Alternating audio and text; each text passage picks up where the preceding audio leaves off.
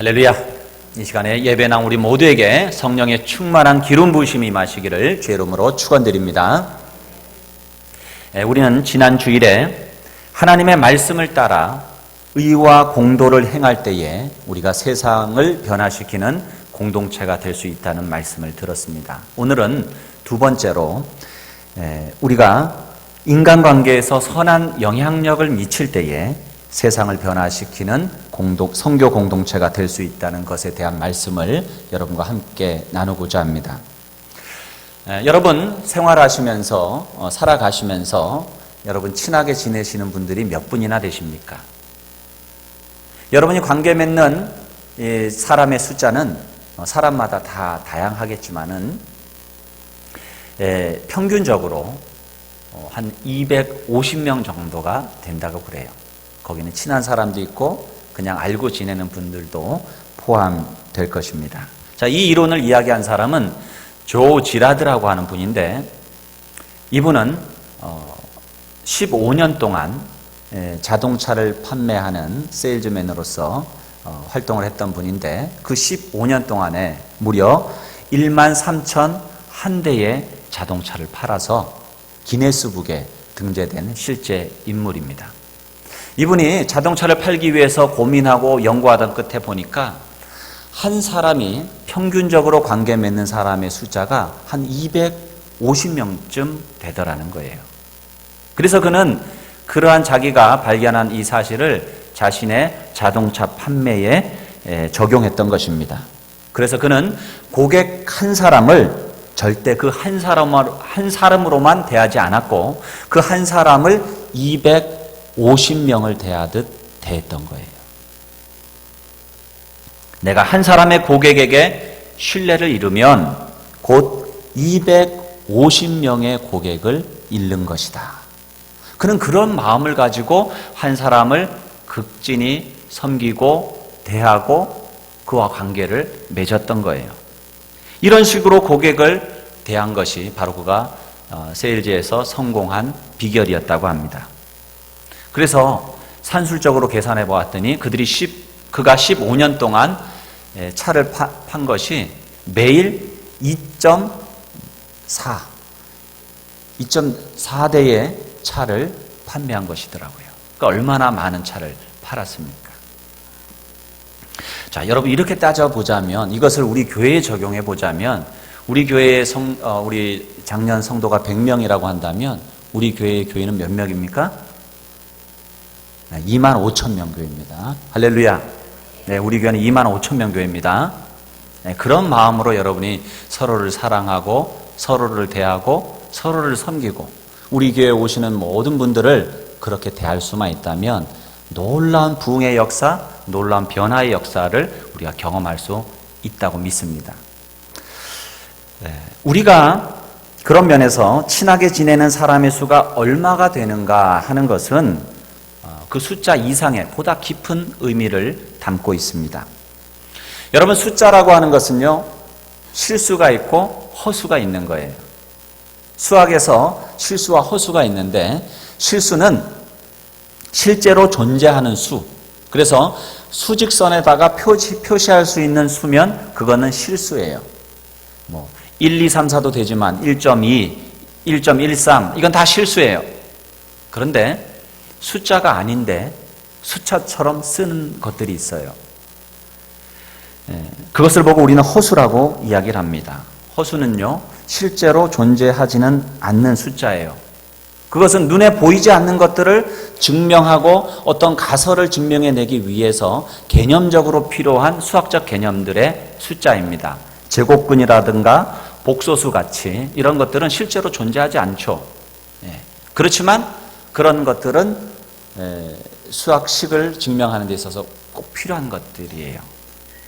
우리의 인간관계에서도 이 인간관계의 수도 실수가 있고 허수가 존재합니다. 여러분이 관계에 맺는 그 관계가 다 실수가 아니에요. 내가 몇 명을 안다? 그 중에 허수도 많을 수 있다는 사실입니다. 이것을 잘 보여주는 것이 오늘 본문의 말씀입니다.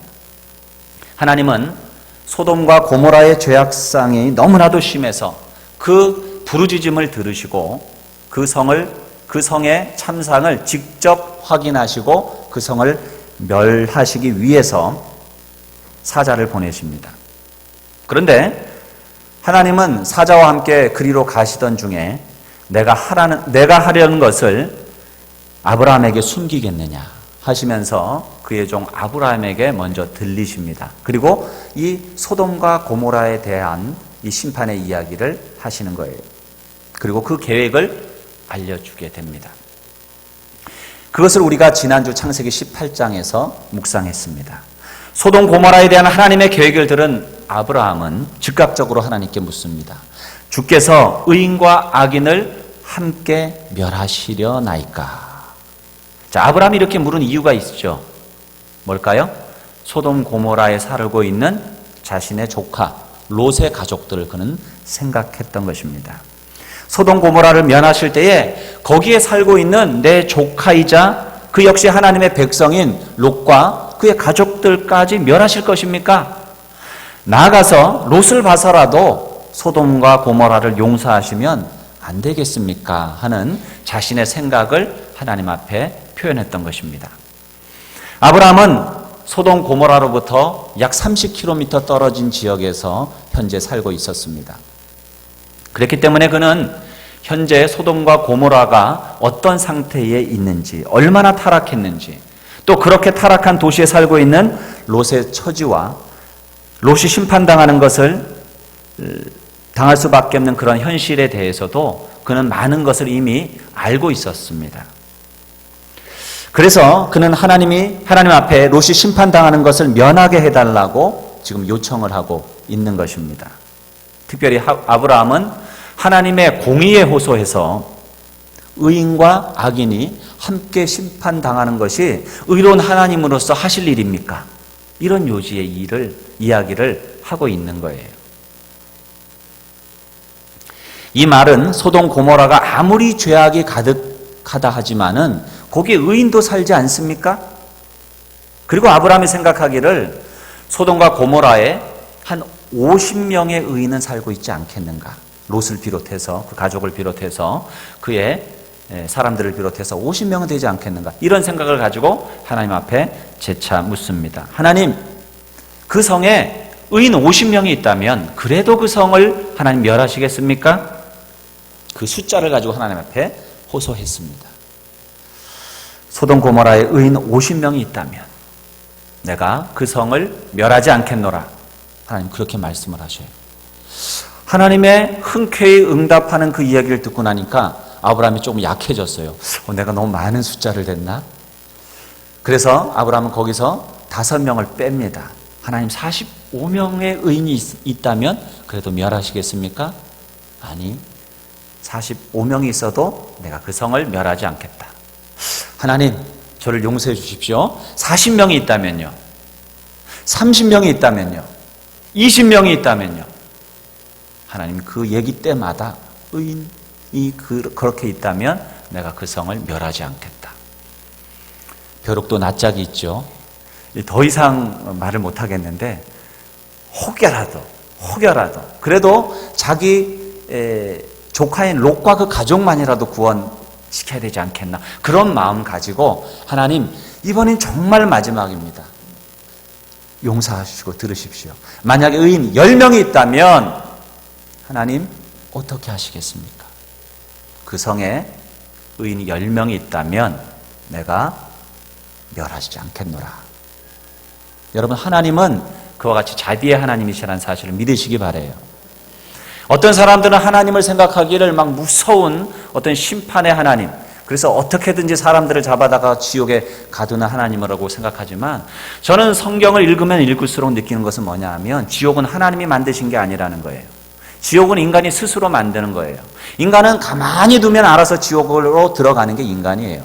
하나님이 심판할 필요가 없는 게 인간이에요.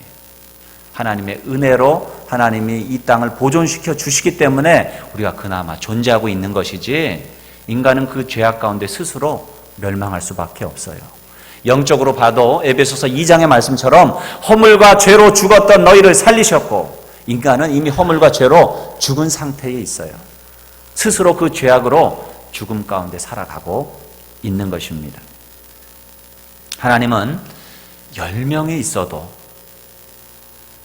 그 수천 명 혹은 수만 명이 될 수 있는 소돔과 고모라의 사람들 가운데 단 10명의 의인만 있어도 하나님은 그 성을 멸하지 않겠노라고 분명히 약속을 하십니다. 여러분, 창세기 13장에 보면 롯이 재산이 많아지면서 아브라함으로부터 분가하는 이야기가 나옵니다. 그리고 그는 그때 소돔과 고모라라고 하는 땅을 택해서 그때부터 소돔과 고모라에서 살기 시작했어요. 그리고 창세기 16장 3절에 보면 아브라함이 가나안에 거주한 지가 10년이 지났다라고 이야기를 하고 있고요. 아브라함의 나이가 그때 85세가 되었다라고 이야기합니다. 그리고 17장에 가게 되면 아브라함의 나이가 99세가 되었다라고 나옵니다. 따라서 이 소돔 고모라 성이 멸망할 때에 아브라함의 나이는 99세였습니다. 롯이 소돔 고모라에 살기 시작한 지도 그래서 벌써 20년이 지난 시점이에요. 그런데 그 20년 동안 하나님의 백성인 롯은 자기 곁에 있는 사람들 가운데 10명조차도 변화시키지 못했다는 거예요. 여러분, 10명은 결코 많은 수가 아니에요. 롯 자신과 그 아내와 두 딸만 해도 4명이에요. 거기에 이미 아브라함 때부터 함께 하나님을 섬기고 했던 목자들과 종들이 있잖아요. 하인들이 있잖아요. 그들의 숫자만 해도 10명은 좋게 넘을 것입니다. 더군다나 그의 딸들에게는 사귀는 사람들, 사윗감들이 있었고 그 사윗감들의 사돈댁들이 있잖아요. 그렇게 따지라고 한다면은 그의 친족 관계에서만도 10명이라고 하는 숫자, 이것은 결코 많은 숫자가 아닐 것입니다. 그런데 10명이 없었다. 이것을 어떻게 우리가 해석해야 되겠습니까? 그렇다면 그 20년 세월 동안 이 롯이 혼자 외따로 소돔과 고모라의 한적한 곳에서 그렇게 살았느냐? 그렇지 않아요. 19장 4절을 보게 되면은 노소가 모든 사람들이 아브라함을 알고 지냈어요. 그는 나름대로는 성공적인 인생을 살았고 사회적인 활동도 잘했던 사람이라고 볼 수 있어요. 그런데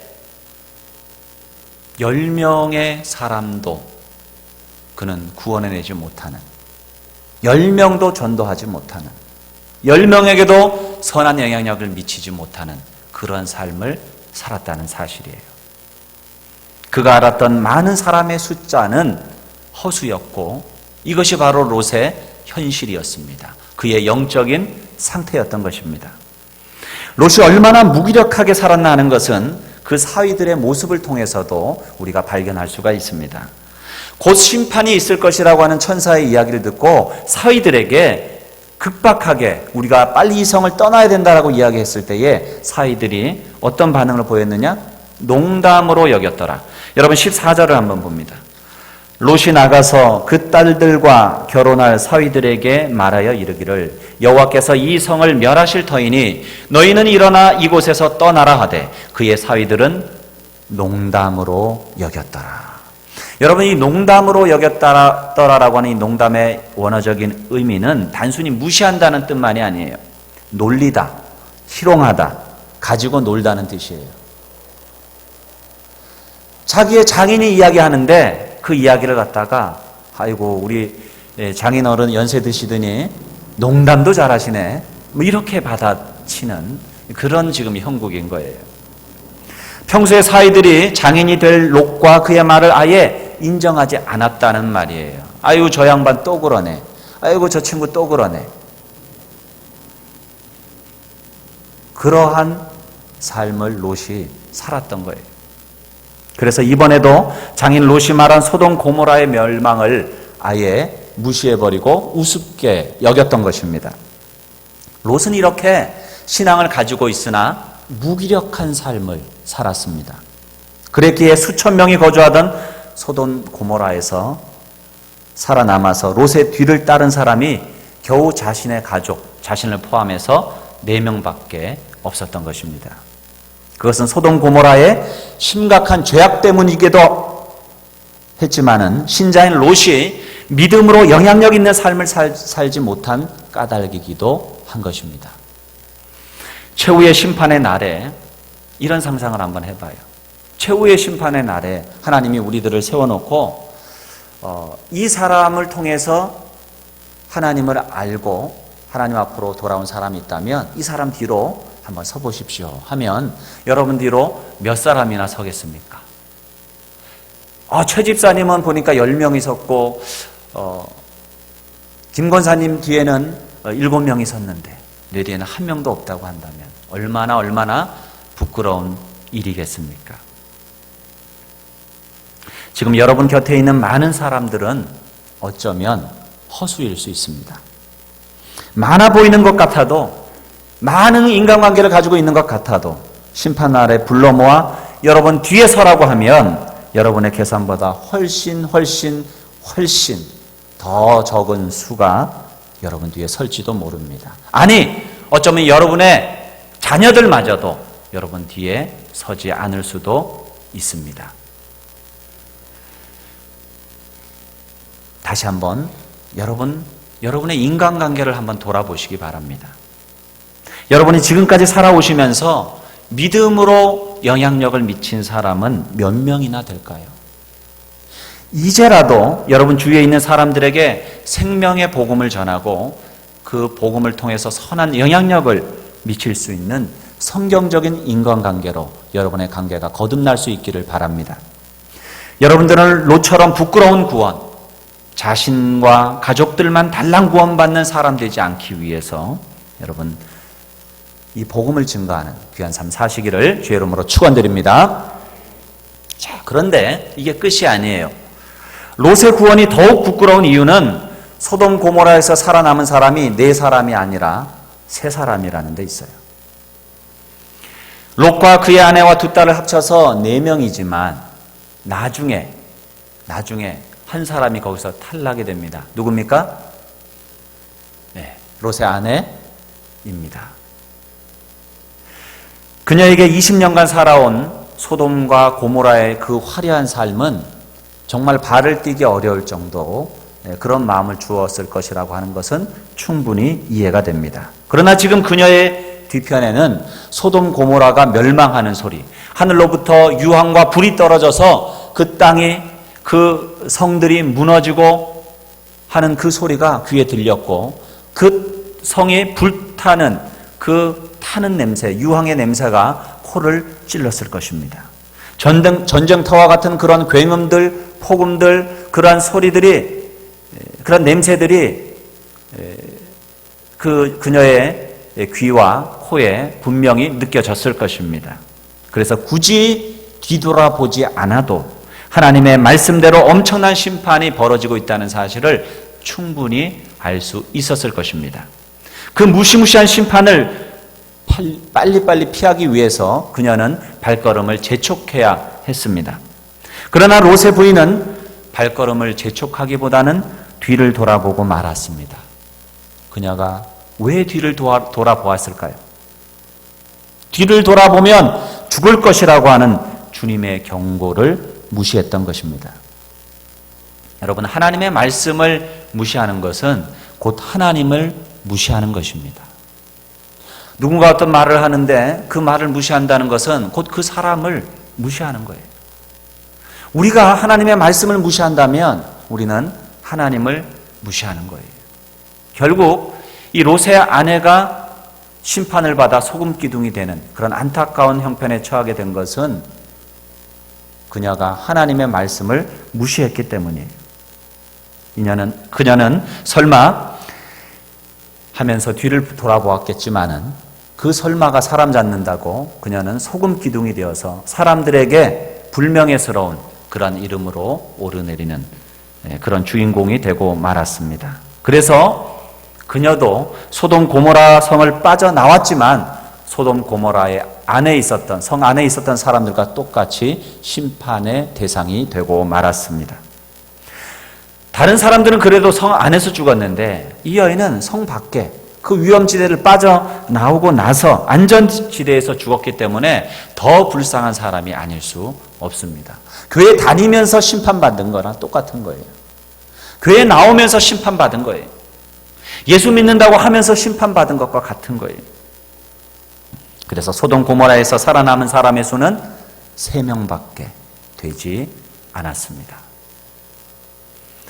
세일즈하는 사람도 최소한 250명의 인맥을 형성하고 살아가는데 신자가 10명도 5명도 아니 자신의 가족도 다 구원시키지 못한 채 살았다는 것은 얼마나 부끄러운 일입니까? 여러분, 하나님께서 이 땅을 멸할 것이니 내가 복음 전한 사람을 불러 모아라. 그리고 네가 지은 그 방주에 타도록 해라 한다면 여러분의 말을 믿고 그 방주에 탈 사람이 몇 사람이나 되겠습니까? 여러분, 이 시간 여러분의 인간관계를 다시 한번 돌아보시기 바랍니다. 여러분 혹시 부메랑 아시죠? 네. 가끔 제 아들하고도 제가 가끔 가서 부메랑을 던지는데요. 부메랑은 이렇게 V자 형식으로 되어 있고요. 호주 원주민들이 짐승을 사냥할 때나 또는 높은 야자수를 딸 때나 이럴 때 이것을 사용합니다.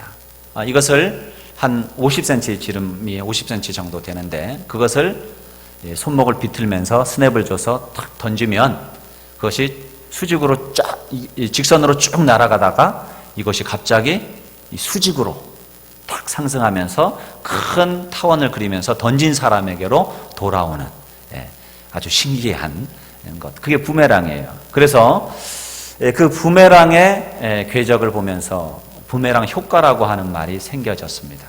부메랑 효과는 어떤 행위를 한 사람, 어떤 작용을 한 사람의 그 작용이에요. 그 행위가 그 행위와 작용을 한 사람에게로 다시 돌아오는 것을 부메랑 효과다, 그렇게 이야기를 합니다. 여러분이 이웃과 친구와 가족을 변화시키지 않으면 그 변화되지 못한 세상이, 그 관계가 여러분을 힘들게 하고 여러분에게 영향을 미친다는 거예요. 즉 성도가 세상을 변화시키지 않으면 악한 세상이 교회와 성도들 그리고 믿음의 가정을 오염시키고 파괴시킨다는 것입니다. 오늘 롯이 우리에게 보여주는 것이 바로 이 사실이에요. 소돔 고모라가 멸망한 것만으로도 롯은 너무나도 많은 것을 잃었어요.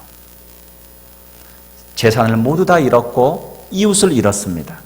무엇보다도 마지막에는 아내까지 잃었습니다. 그런데 그게 끝이 아니에요. 비극은 아직도 남아 있습니다. 그 참혹한 소돔 고모라의 심판에서 겨우 살아남은 롯과 두 딸의 다음 이야기가 어떻습니까? 롯의 딸들은 먼저 자신들의 배필이 없는 것을 걱정합니다. 31절에 보면 뒤에. 그리고 집안의 대가 끊어진다는 것, 즉 자신들의 남자 형제가 없으니까 대가 끊어지는 거 아니에요. 그것을 걱정합니다. 그리고 그러한 걱정 끝에 내린 결론이 기가 막힙니다. 그들은 그 모든 문제를 쉽고 한꺼번에 해결할 길을 찾았습니다. 그것은 자신의 아버지와 결혼해서 자신들의 배필값 문제도 해결하고 집안의 대를 잇는 것도 해결하자는 생각이었습니다. 너무나도 인간적인 생각입니다. 정든 땅 소돔 고모라를 얼마 전에 비참하게 그렇게 사라지게 된 그 시점에서 참혹한 심판의 냄새가 아직도 바람을 타고서 그들의 코에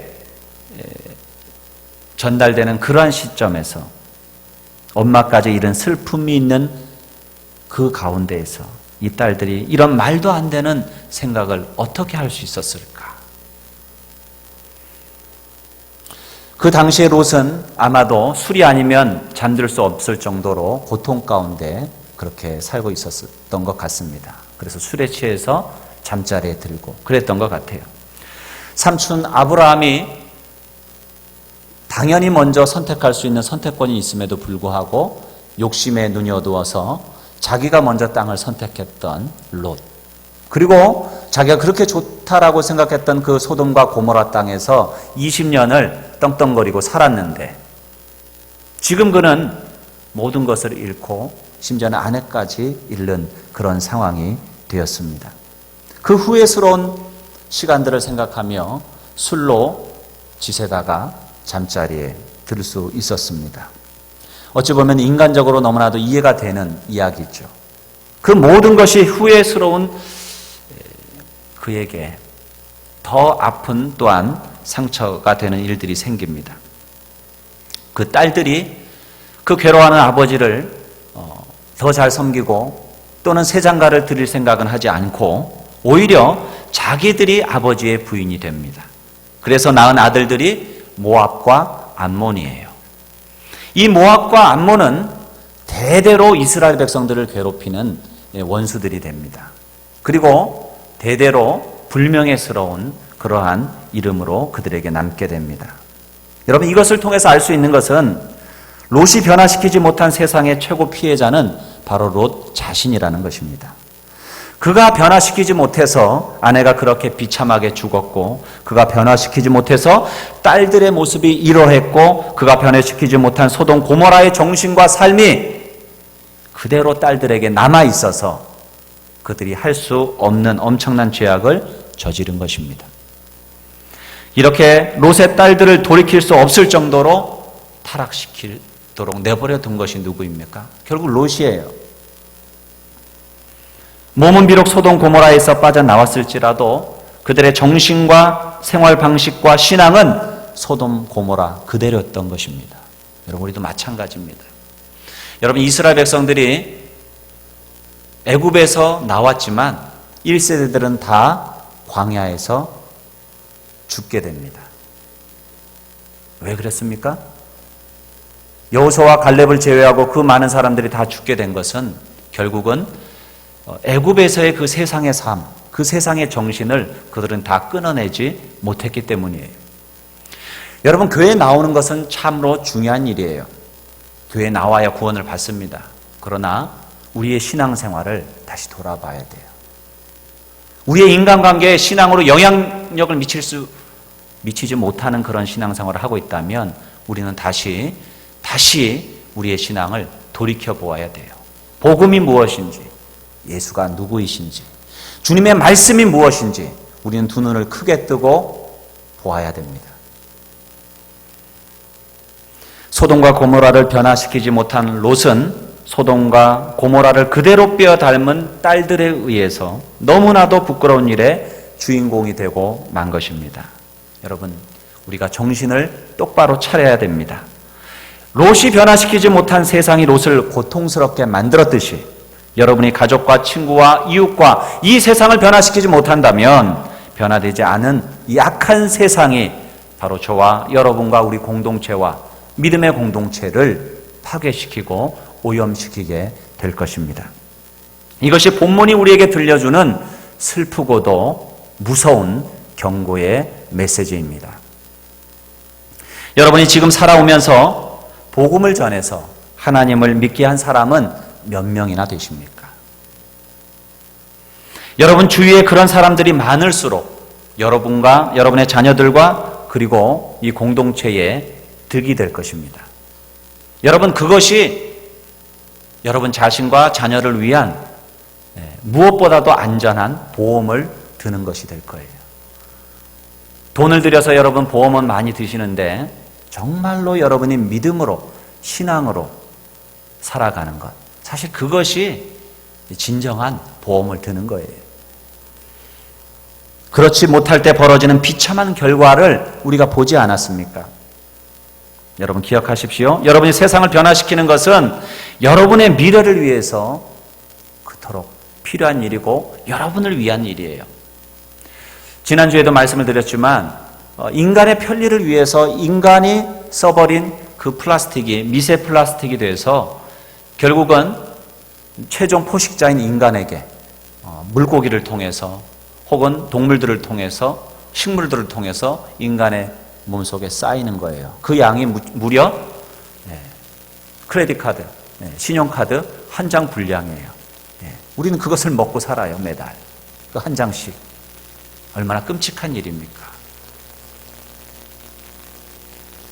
우리와 우리 후손들과 교회를 위해서 할 수 있는 것, 첫째는 내가 변화되는 것이고 하나님의 말씀을 가지고 하나님의 말씀에 순종하며 살아가는 것이고, 그래서 이 세상 가운데 나와 인간관계를 맺고 있는 사람들에게 선한 영향력을 미치는 것입니다. 그럴 때 우리는 이 세상을 변화시키는 성교의 공동체로 쓰임받게 될 것입니다. 이러한 복이 저와 여러분의 관계 속에 나타날 수 있기를 주의 이름으로 축원드립니다. 기도하겠습니다. 오늘 말씀을 기억하며 우리 함께 기도하겠습니다. 우리 부르심의 소명을 새롭게 하여 달라고, 우리가 하나님의 말씀을 순종하고 우리가 맺고 있는 인간관계 가운데에 선한 영향력을 미치는 삶을 살아갈 수 있게 해달라고 우리가 주님 앞에 구체적으로 결단하며 주님 앞에 간구하며 나아갑니다. 우리 조용한 소리로 함께 기도합니다. 살아계신 아버지 하나님, 은혜를 감사합니다. 이 시간도 하나님 저희들을 인도하여 주시고 감사합니다. 우리가 사랑하는 우리의 가족들, 우리의 자녀들, 우리의 손주들에게 영향을 미치지 못하는 삶을 산다. 사랑하는 남편, 사랑하는 아내, 사랑하는 친구들, 우리의 동료들, 우리의 이웃들, 우리의 부모님들, 과연 그들에게 선한 영향력을 미치지 못하는 삶을 산다면 하나님, 우리가 믿고 있는 예수, 복음의 능력이란 과연 무엇입니까? 하나님, 오직 주님을 기억하게 하시고 우리의 삶 가운데서 선한 영향력을 미치기 위해 우리가 어떤 희생과 어떤 수고도 감당하게 하옵소서. 우리의 모든 교만과 무지를 다 내려놓고 오직 주의 말씀을 붙들고 살아갈 수 있도록 주여 도와주시옵소서. 우리가 말로 하는 신앙생활이 아니라 우리가 희생과 섬김으로, 또한 주님을 신뢰하는 믿음을 가지고 신앙생활을 하게 하시고 주님의 뜻을 받는 귀한 신앙생활로 인도하여 주옵소서. 예수님의 이름으로 기도 올리옵나이다. 아멘. 우리 다 일어서셔서 주님 앞에 결단의 찬양 올려드립니다.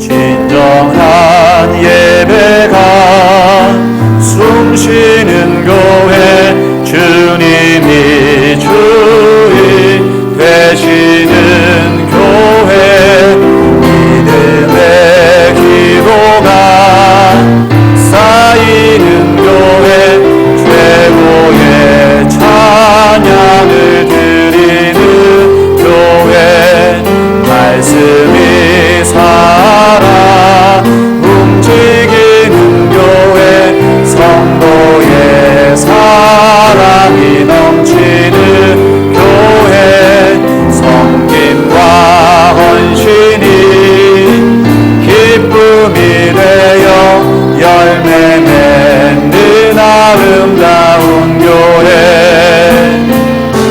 주님의 마음 닮아서 이웃을 사랑하는 교회, 주님의 영광을 위해서 빛 대신 주님 전하는 교회,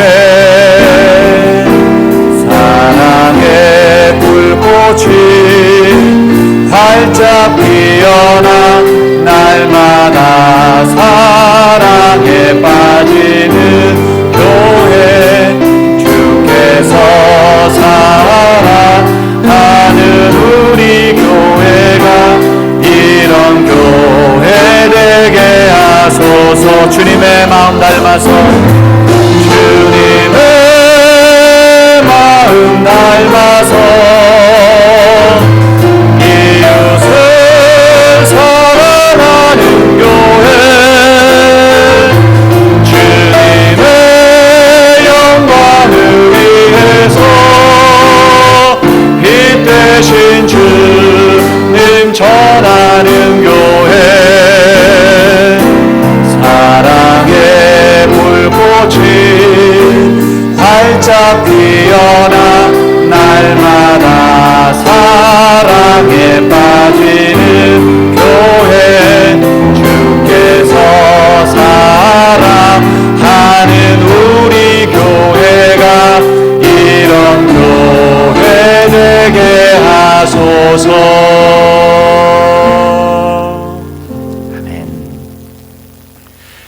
이제 평안한 마음으로 여러분의 삶의 현장으로 돌아가십시오. 선한 일에 용기를 가지며 악을 악으로 갚지 마십시오. 항상 연약한 자를 도우며 병든 자를 찾아보며 곤란당하는 이웃을 위로하십시오. 모든 사람을 존경하며 주님께 봉사하고 주님을 사랑하십시오.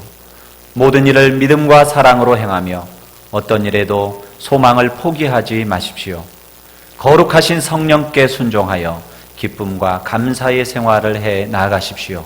우리 하나님 아버지는 여러분을 항상 도와주실 것입니다. 이제는 우리 위에 십자가 지신 예수 그리스도의 그 크신 은혜와 하나님 아버지의 무한하신 사랑과 성령의 감화 감동 충만하신 은총이 하나님의 말씀에 순종하며 우리와 관계 맺고 있는 모든 사람들에게 복음을 들고 나아가 선한 영향력을 미치기 위하여 어떤 희생과 수고와 섬김도 감내하겠노라고 결단하며 주님 앞에 나아가는 여기 머리 숙인 사랑하는 성도님들 심령마다 저들의 가정과 직장과 사업과 학업과 우리 하누리 공동체 위에 이제로부터 영원토록 함께 하시기를 간절히 축원하옵나이다. 아멘.